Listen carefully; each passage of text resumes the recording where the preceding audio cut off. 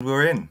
Good morning. Welcome to everybody. Welcome to another one of our Friday lives, our LinkedIn lives that we host every morning at 8:30 a.m. The idea behind these semi-candid, semi-structured interviews is to put out into the world the types of conversations that we at Bailey and French are having internally inside the office with each other, with our clients every single day, in the hope that senior leaders, HR teams, or anybody else who's interested in humanizing the world of work along with us can benefit from them. A very brief and simple, but I hope clear intro. Today, I, Thomas, one of our consultants here who works primarily in the private sector, I'm joined by Dan Billington, one of our lead consultants. How are you, Dan? I'm doing very well, thank you. And you? Yeah, not too bad, thanks. I don't know where you're based in our office today. I don't know what it's like down there, but 10 minutes outside in Whittingdean, it is tipping it down. So Yeah. I'll go through the classical British conversation intro and small talk about the weather and how we all complained when it's too hot, but right now I'm really missing that as I watch the rain sort of beat against my window here. Yeah, I've got similar here in Brighton. Like you say, it's only a few miles away. Nearly wobbled off my bike on the way in this morning in the 40-mile-an-hour winds, which wasn't that much fun.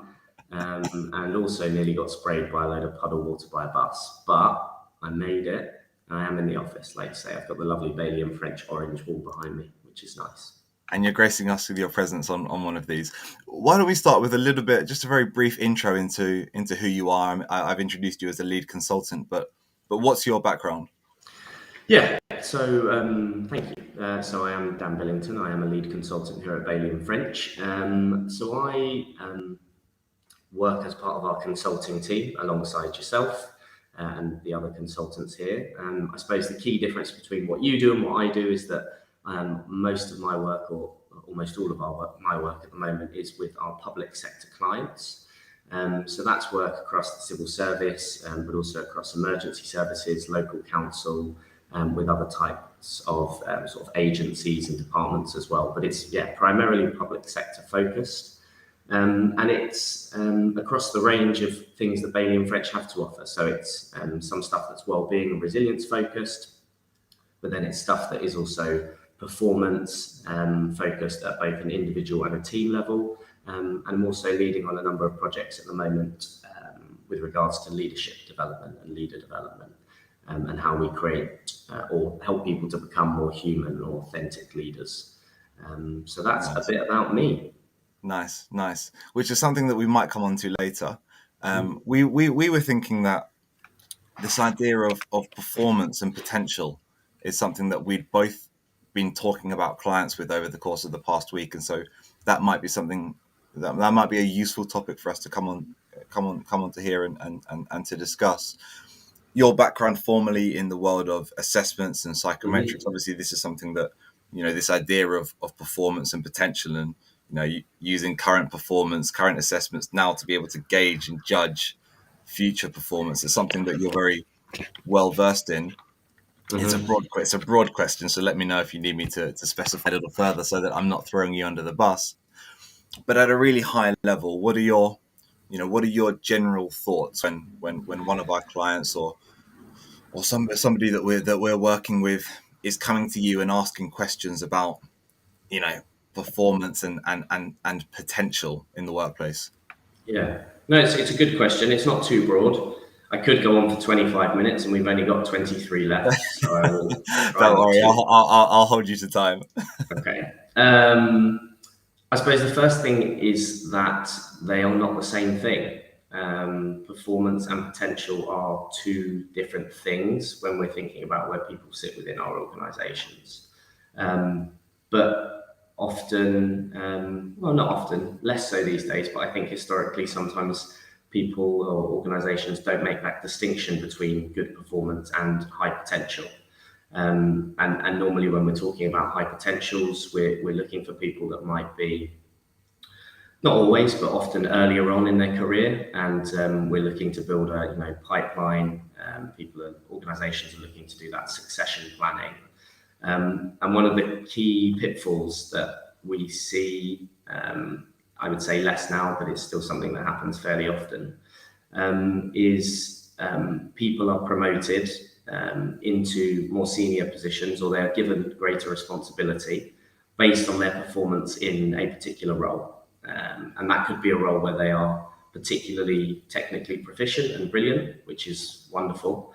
But that doesn't necessarily mean that they have the potential to do the things well that they'll need to do as they move into more senior roles within an organization. So, a very simple example, somebody could be kind of in a role where they don't have any line management responsibilities, and they are required to complete the technical aspects of their role, and they're extremely knowledgeable and skillful, and they are able to use their strengths with regards to that technical side of the role.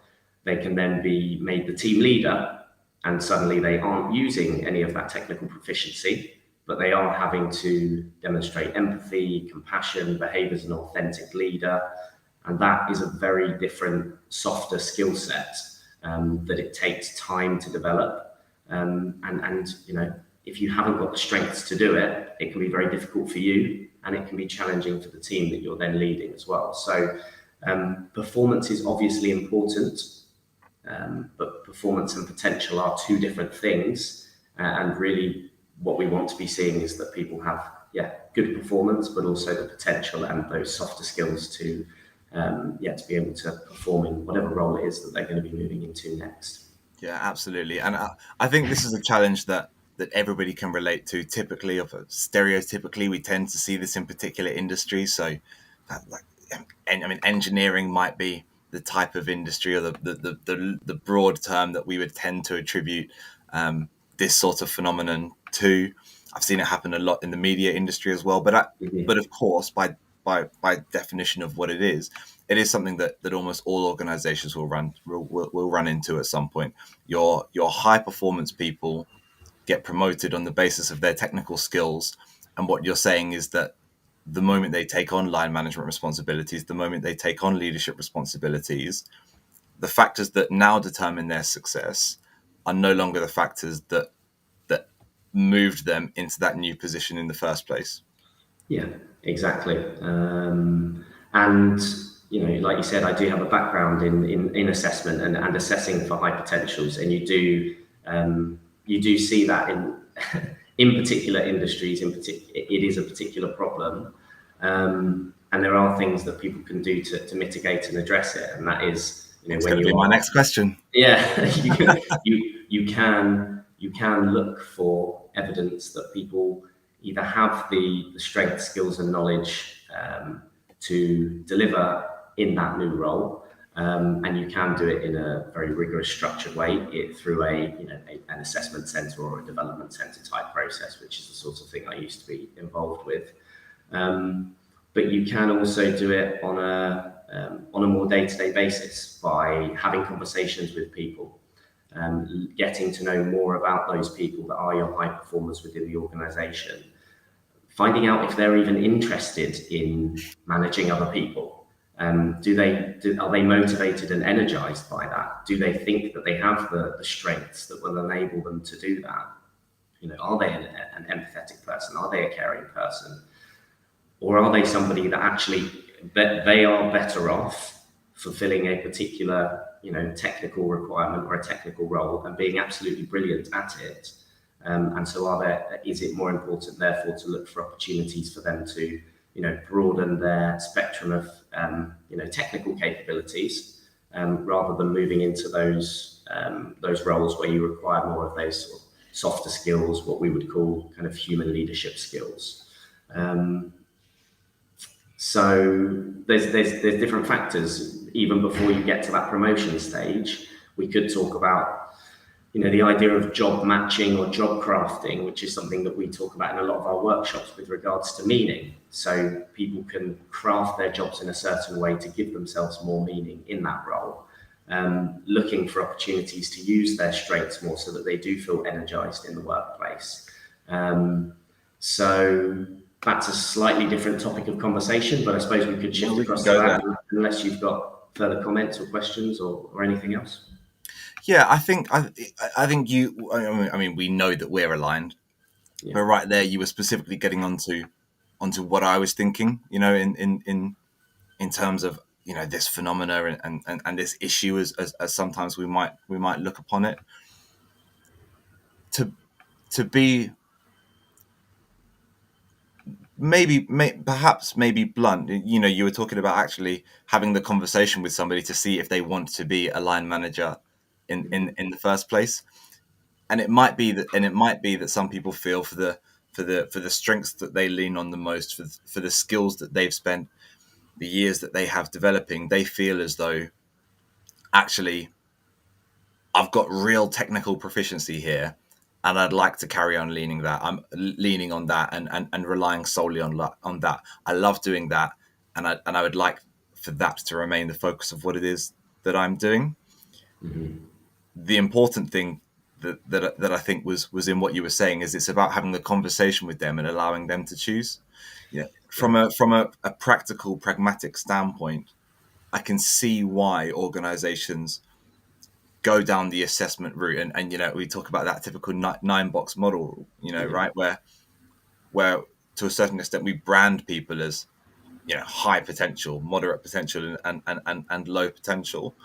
I question how useful it is for the organization, and certainly how useful and what the impact is for the individual of being branded as as low potential. From Mm-hmm. my standpoint, I'd much rather the emphasis be on how we support the individual to be able to do what they want to do. And I know that you've got experience in terms of like job matching, and you were getting onto that topic there of strengths use, right? So we have an idea, and a preconception of what it means to be a leader and what that looks like. But that authenticity piece within leadership is quite important. And so, what are the strengths that I have, and how can I lean on those strengths to be able to support the leadership skills that are required of me? Both of us would look completely different, look, sound, and the people that we line manage potentially feel different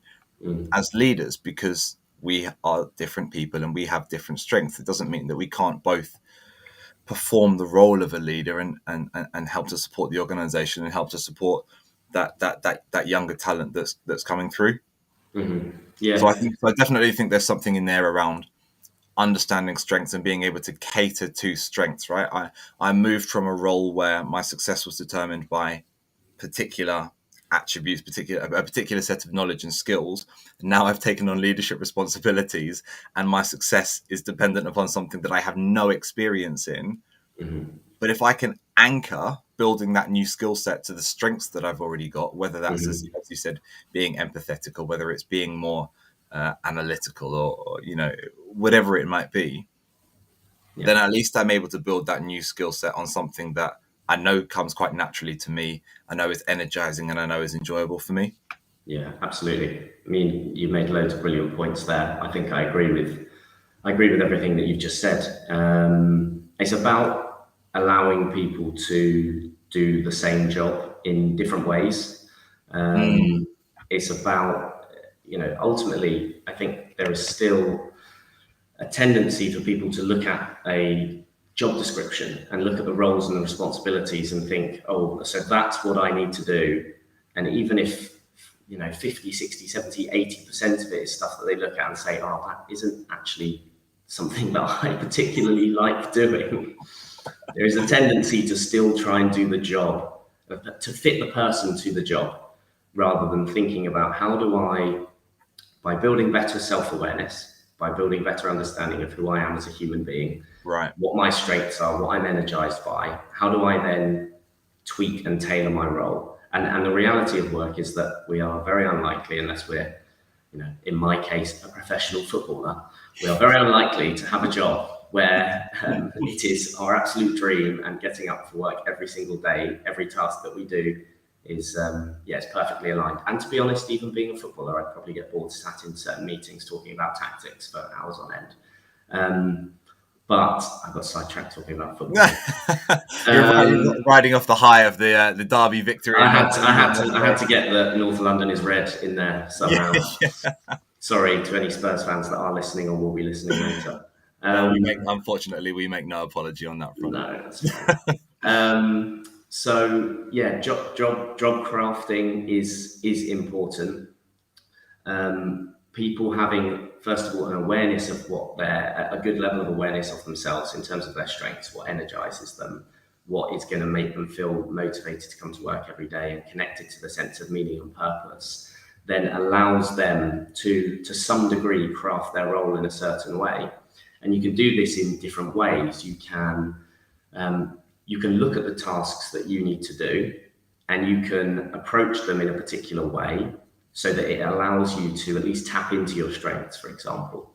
So if I have an achiever strength, but I don't have an analytical strength, and I've got to analyze, pages and pages of data on an Excel document, something like that, just a small kind of mindset shift that I can make is seeing, as I work through that spreadsheet and do what could be quite a laborious task if I adopt the wrong mindset to it, if I even give myself a small reward for every 10 lines of code or whatever it is that I manage to work through, that is going to allow me to tap into that achiever strength. That is going to allow me to feel differently about it. It could be, I will get this spreadsheet finished, and then I will go and get myself a nice lunch, and that is my reward, and that is my sense of achievement. There are other people that just have that analytical strength, and they absolutely are energized and engaged in analyzing lines and lines of data. So it's the same task. Yeah, put your hand up, exactly. Not me, but that is you. So that's how you can do it on an individual basis, but within your team as well. We are a team of consultants here within Bailey and French who, on paper, have the same job title and have the same roles and responsibilities, or close to the same roles and responsibilities. On paper, we do the same thing. Exactly, but we can do it in very different ways. So, I might be energized by going out and speaking and meeting people and looking for opportunities to partner with other organizations, whereas you might be somebody that prefers to really get into the detail of a particular project and make sure that it's really managed well. So we can then think about, well, are there elements of my role that I am less energized by that Thomas can support with? And are there elements of your role that you can bring me in to support with as well? So not only at an individual level, but also at a team level, we can start to think about how we craft our roles and our jobs so that everybody is coming to work every day feeling as energized and motivated as possible. Nice.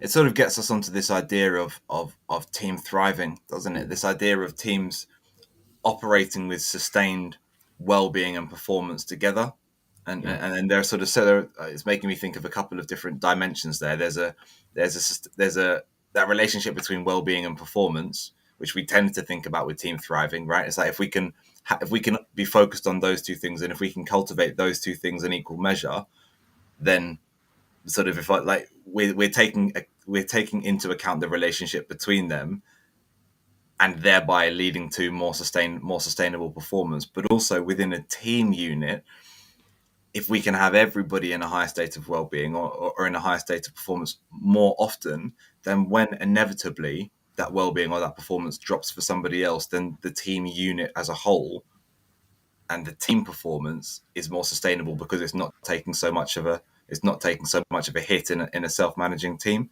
And it sounds like there's a similar idea there, right, in terms of engagement and productivity and speed and energy levels across the team.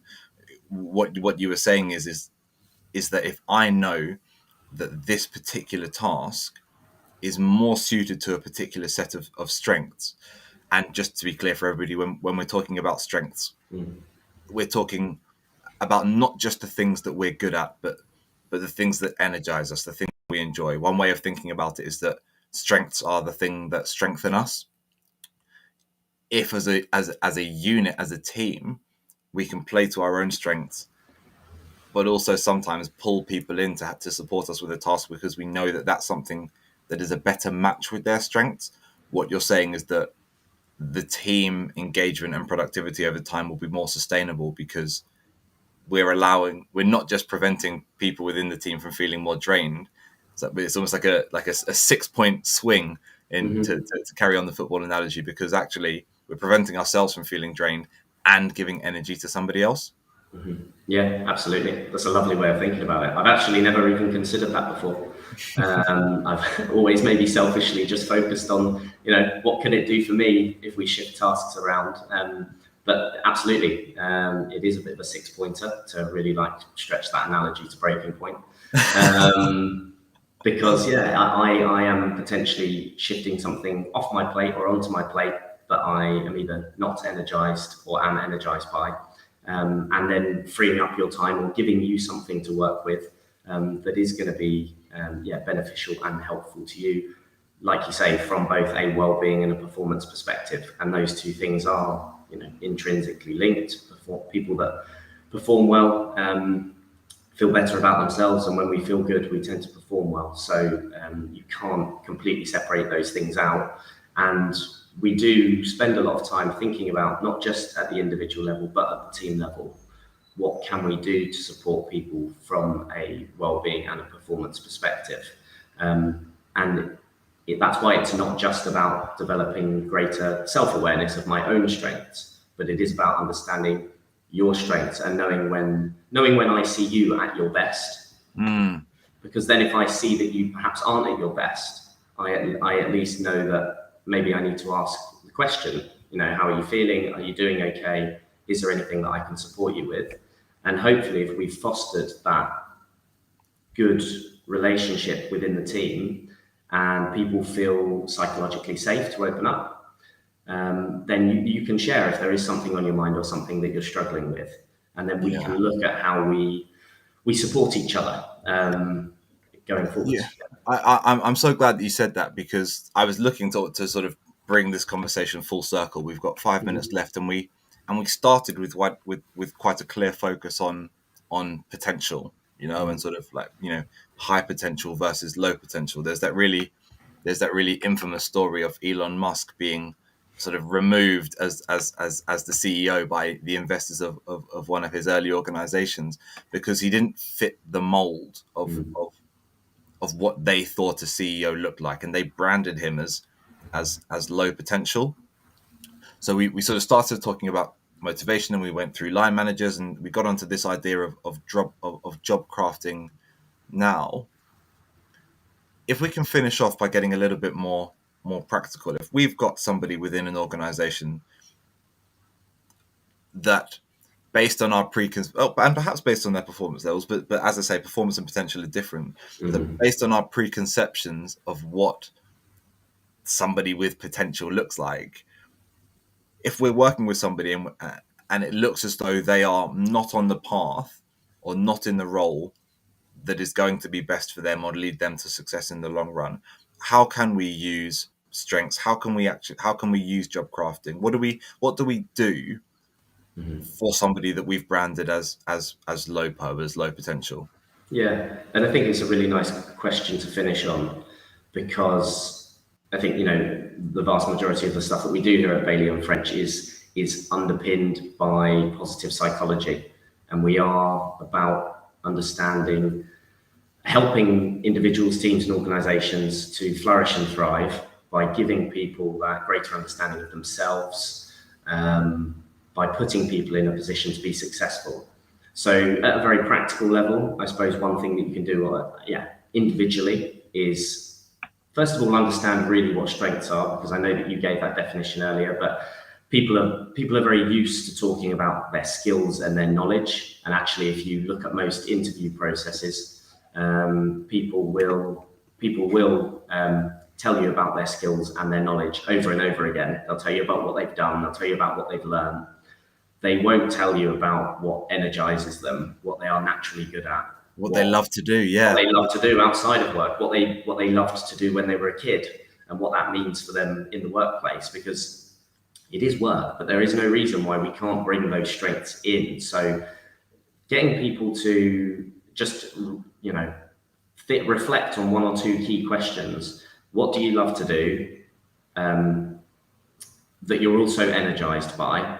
Is a really nice way to be a starting point for getting people to understand what their strengths are.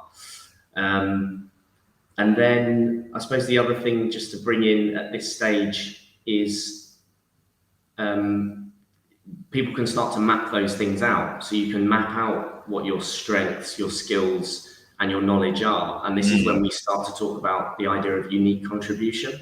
Right. And this is where we get that really nice, that nice opportunity for people to actually think about what they uniquely bring to the team. Yeah. And that isn't just that they come in and they get their work done. It's, are they somebody that creates a positive atmosphere for the team? Are they somebody that brings humour to the team? Because that's one of their strengths, which is something I like to try and do, although I fail miserably a lot of the time.